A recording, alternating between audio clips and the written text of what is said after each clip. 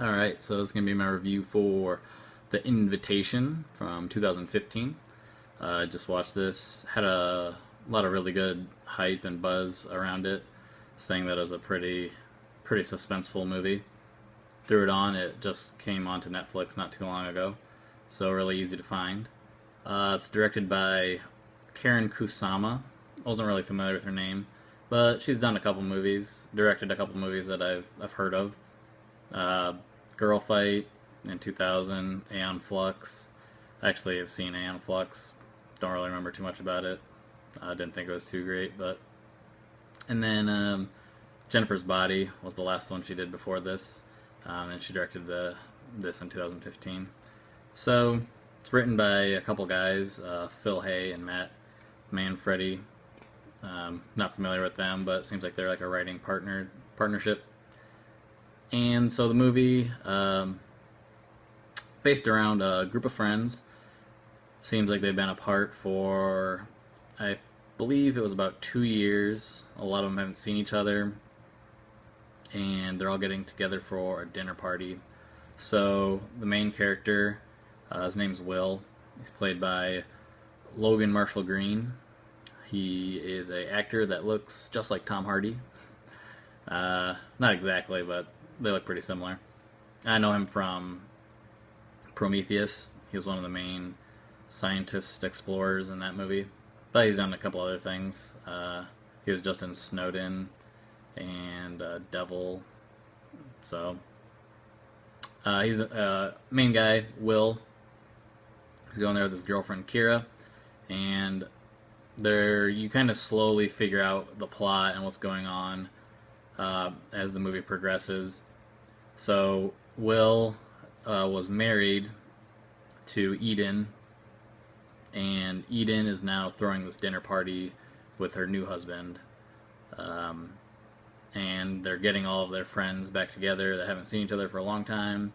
And the reason they haven't seen each other for quite a while is because there was a really tragic event that kind of separated Will and Eden, and that seems like that also kind of splintered this friend group.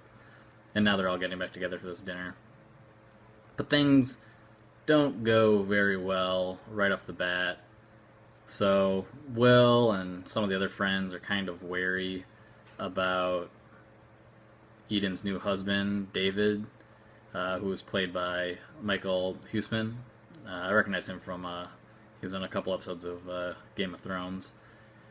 But yeah, so they're a little iffy about him at first, and then also some of his friends that are there, they're all just kind of acting strange and weird. So the other most notable actor here is John Carroll Lynch. He's playing one of David's friends, Pruitt. Probably recognize John Carroll Lynch. He's a really good character actor. Just saw him in an episode of Walking Dead, and he was Marge's husband in Fargo. Played Drew Carey's brother for a long time in the Drew Carey Show. He's in Zodiac. Lots of things. He pops up quite a bit.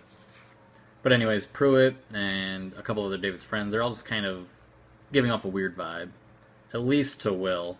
And so that's kind of how the whole movie progresses. Will is suspicious of their intentions, and then every once in a while there's something that happens or shown that kind of supports Will, but then something maybe happens that says maybe it's a little in his imagination, maybe he's taking it too far. And that's kind of the way the movie is played out through the majority of it. And this is a big mystery film, so I don't want to give too many spoilers away. It's a pretty interesting movie. It plays at the beginning. It's very awkward, which works because I think these friends being around old friends being around these new people, I think they feel awkward, and you kind of get that sense.